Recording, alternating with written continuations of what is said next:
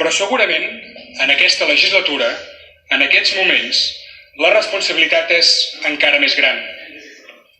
Pel context complex i anòmal en el qual hem de fer front. Vull recordar els escons buits. Vull recordar que 3 diputats d'aquesta cambra es troben en aquests moments en presó preventiva. Oriol Junqueras i Joaquim Forn ho estan des de fa 76 dies. Jordi Sánchez en porta 93, conjuntament amb el president d'Òmnium, Jordi Cuixart.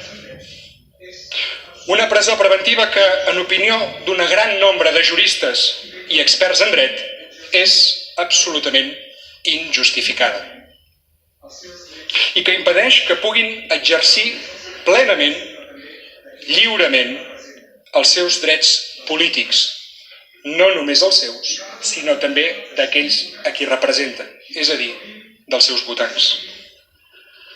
I cal recordar també que altres 5 diputats, diputat Comín, Ponsatí, Puig i Serret, i el mateix president Puigdemont es troben a Brussel·les, advertits de rebre el mateix tracte si tornen al país.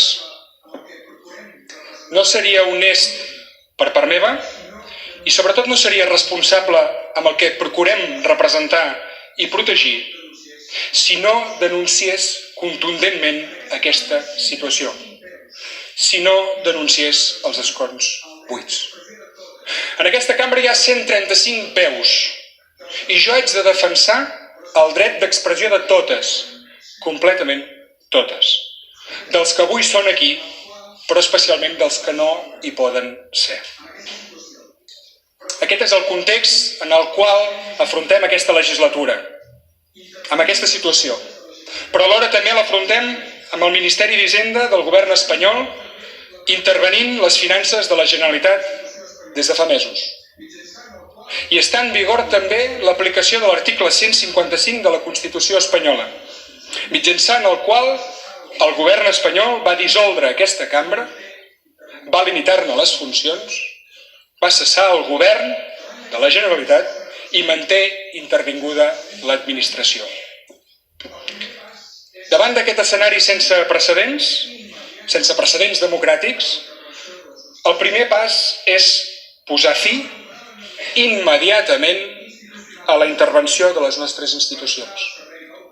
Cal recuperar la normalitat institucional necessària per estar al servei del país i per atendre amb eficàcia les demandes i la voluntat de la ciutadania.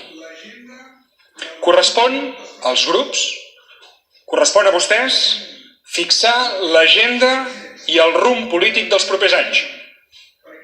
Però en el que depèn de mi, en el que depèn d'aquesta presidència, treballaré incansablement perquè aquesta legislatura, la política, torni a situar-se al centre de tot. Conjurem-nos tots, conjurem-nos per recuperar les institucions del país i tornar-les a posar al servei de la ciutadania, el més aviat possible.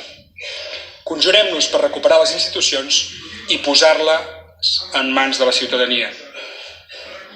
De fet, amb aquest ple constitutiu de la legislatura, amb la votació que acabem de realitzar, recuperem la institució política essencial del país, dipositària de la nostra sobirania, l'encarregada de fer realitat els mandats democràtics del nostre poble. Hem de tenir sempre present que les urnes són el nostre origen, són la màxima expressió del que representem. I res que no impliqui respectar-ne la seva veu, respectar-ne el seu resultat, és assumible en termes d'integritat democràtica. Ens correspon restituir, enfortir també i preservar la sobirania del Parlament. No només per una obligació històrica de continuïtat i de voluntat de ser com a poble, sinó per garantir i enfortir els drets civils i els drets socials del nostre país. En un moment en què molts països del nostre entorn s'està produint una regressió en els drets socials, nosaltres aquí tenim l'obligació de defensar els que més pateixen.